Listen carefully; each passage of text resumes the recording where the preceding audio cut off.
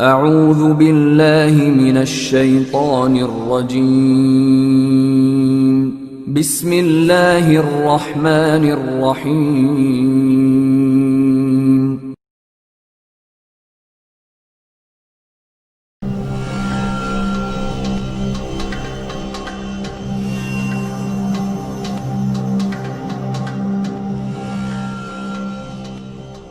Cette histoire prend sa source dans le sud-est du Vietnam.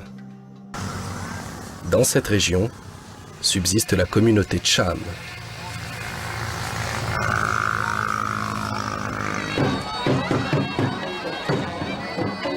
Les Cham descendent du Champa, un grand royaume annexé par le Vietnam au milieu du 19e siècle.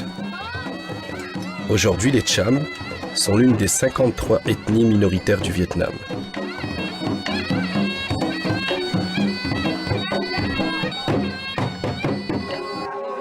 Dans cette région du Vietnam, la population Cham est en grande partie de religion brahmaniste, religion d'origine hindoue. Mais un tiers des villages Cham se disent musulmans. Ces quelques 30 000 musulmans pratiquent un islam insolite, débarrassé de ses contraintes rituelles. Ils se revendiquent néanmoins pleinement musulmans. Dans cet islam, ce sont les femmes en majorité qui vont à la mosquée. Elles ne portent pas le voile. Durant les nuits de Ramadan, le rite est accompli par les femmes.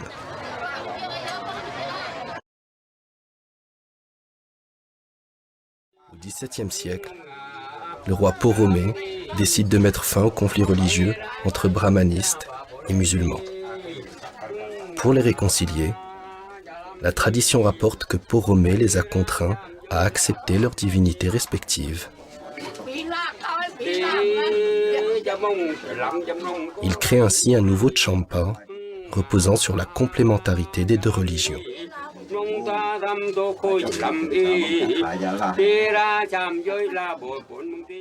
Qui a imposé cette règle étrange pour sceller la réconciliation entre les deux communautés.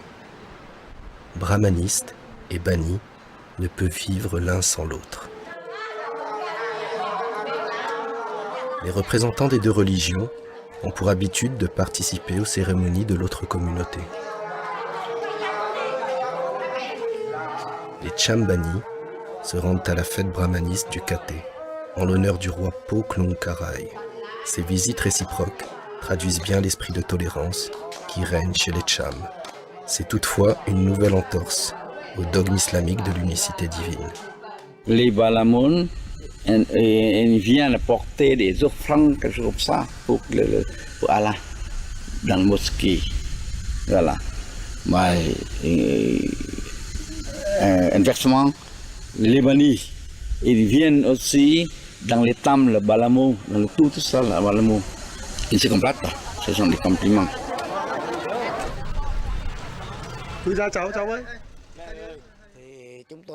Nous sommes Cham et nous plaçons notre identité Cham au-dessus de tout. Qu'on le veuille ou non, nous sommes et nous restons Cham. Nous sommes des Cham qui suivent l'islam et non l'islam dans lequel on y mettrait la culture Cham.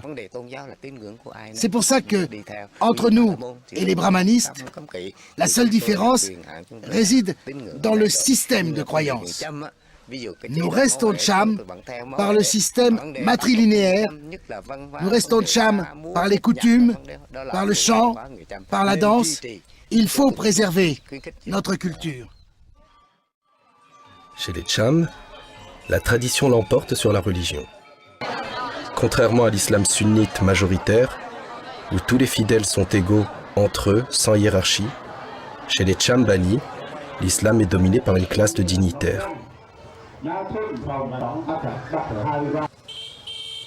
Les musulmans bannis ont intégré les symboles d'autres cultures. Sur les murs des mosquées apparaissent le yin et le yang taoïste. Les dragons chinois voisinent avec Allah et Mahomet. La svastika, d'origine hindoue, orne le chapeau des dignitaires. Pourtant, l'islam interdit toute association avec d'autres religions.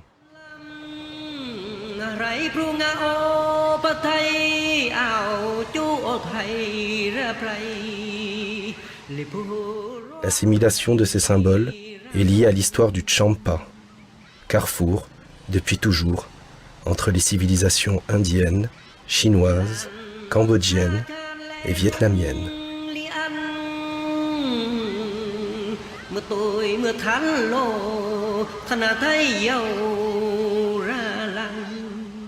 Les deux religions du Champa, brahmanisme et islam, viennent de l'étranger.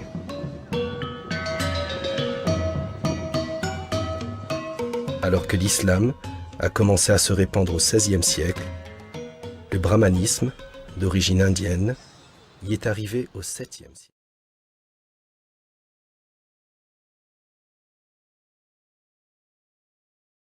Des 5 obligations de l'islam, la première est la croyance en Allah. Les Chambani la respectent. La deuxième obligation du musulman, les 5 prières quotidiennes, n'est jamais suivie par les Chambani. On fait la prière une fois par mois. Sinon, on la fait le vendredi.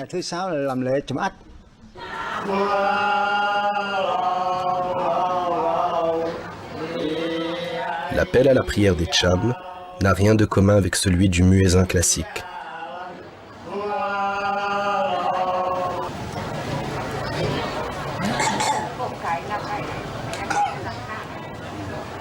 Nouvelle aberration pour l'islam orthodoxe, seuls les dignitaires religieux, appelés Achar, prient.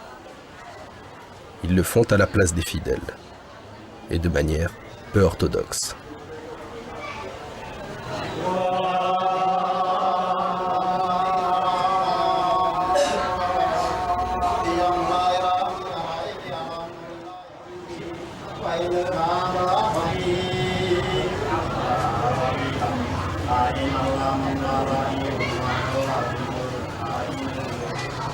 Le culte est très différent de la pratique musulmane. Les prosternations des femmes bannies, identiques au culte tibétain, n'ont rien d'islamique.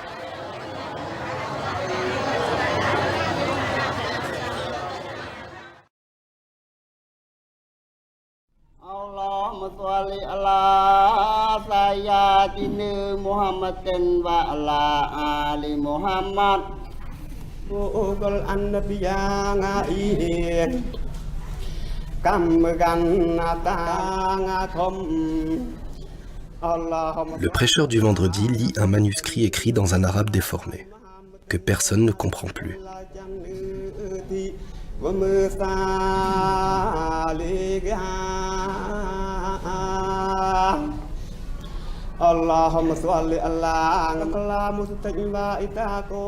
Ces rouleaux sacrés sont considérés par les Cham purs du Cambodge comme le dernier héritage du Champa.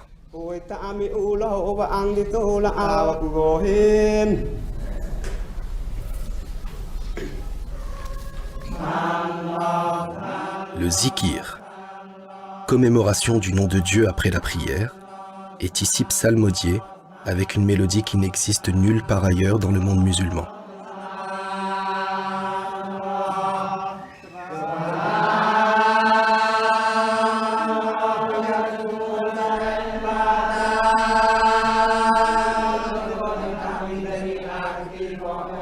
Pour les Cham purs, le zikir permet de s'élever spirituellement dans un but initiatique.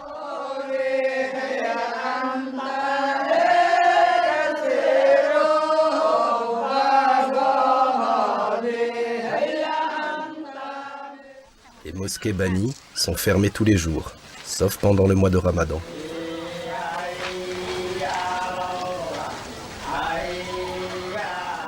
Elles sont également ouvertes 1 à 2 vendredis par mois, en fonction du calendrier lunaire.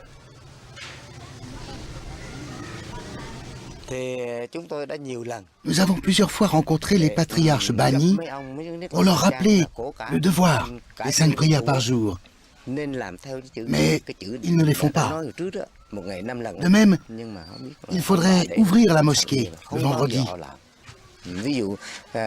Car pour l'islam international, le vendredi, c'est le jour de la grande fête. Et eux ne l'ouvrent qu'une fois par mois. Seuls les dignitaires accomplissent le ramadan, troisième obligation de l'islam. Pendant tout le mois, les dignitaires s'enferment dans la mosquée pour jeûner, prier et dormir. Chacun possède sa théière, son crachoir, son nécessaire à chiquer. Seuls les dignitaires pratiquent le jeûne, afin de racheter les fautes commises par la communauté. Comme la prière, le jeûne est épargné aux fidèles. Ces dignitaires attendent la fin du jeûne, marqué par les battements de tambour, selon un rite propre au Cham Bani.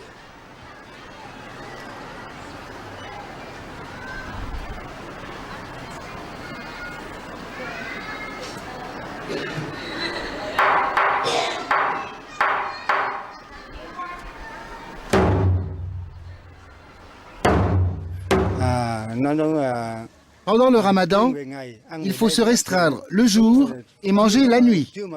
On ne mange que lorsque le soleil n'est pas encore apparu ou qu'il s'est déjà couché. Cependant, les dignitaires s'autorisent une cigarette avant la fin du jeûne. Autre entorse au dogme, les dignitaires rompent le jeûne alors que le soleil n'est pas encore couché. Pour faire illusion, ils vont fermer les volets et manger dans le noir. Les témoins sont interdits. La quatrième obligation, la zakat, l'impôt aux pauvres, est respectée. Faute d'argent, personne n'accomplit le pèlerinage à la Mecque. Cinquième obligation de l'islam. Le jour de la fête des morts, les bannis vont au cimetière vénérer les ancêtres de leur lignée. Pourtant, les musulmans ne doivent se prosterner que devant Allah. L'islam interdit le culte des ancêtres. La circoncision telle qu'elle est pratiquée par les Cham surprendra certainement les musulmans orthodoxes. La circoncision, c'est une cérémonie durant laquelle on fait des incantations. On utilise un couteau ou un bambou effilé, mais on ne coupe pas. C'est juste symbolique. On fait semblant quoi. On fait comme ça, mais on fait semblant de couper quoi. Couper, mais pas couper comme chez les gens. On fait vraiment. Mais chez les bandits, on fait semblant de couper. Autre pratique mystique en marge de l'islam, les Cham purs vénèrent l'imam San, mort au XIXe siècle. Ils le considèrent comme le fondateur de leur communauté et l'ont élevé au rang de saint. Une fois par an, les Cham purs viennent se recueillir sur sa tombe. Les offrandes de billets sont censées apporter la baraka.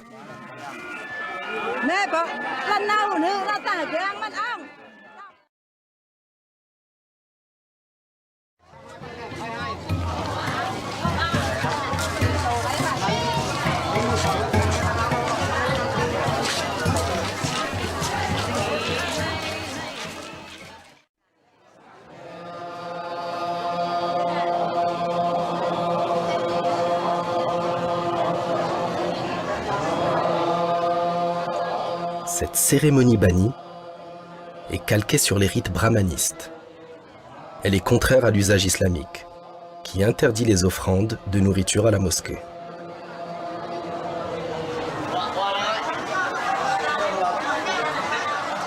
Ces plateaux sont ensuite rendus aux femmes, qui les remportent pour les consommer en famille.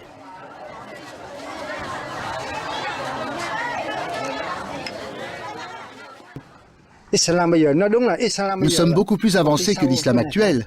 Nous avons plus de droits, nous sommes plus libres, mais c'est le même islam.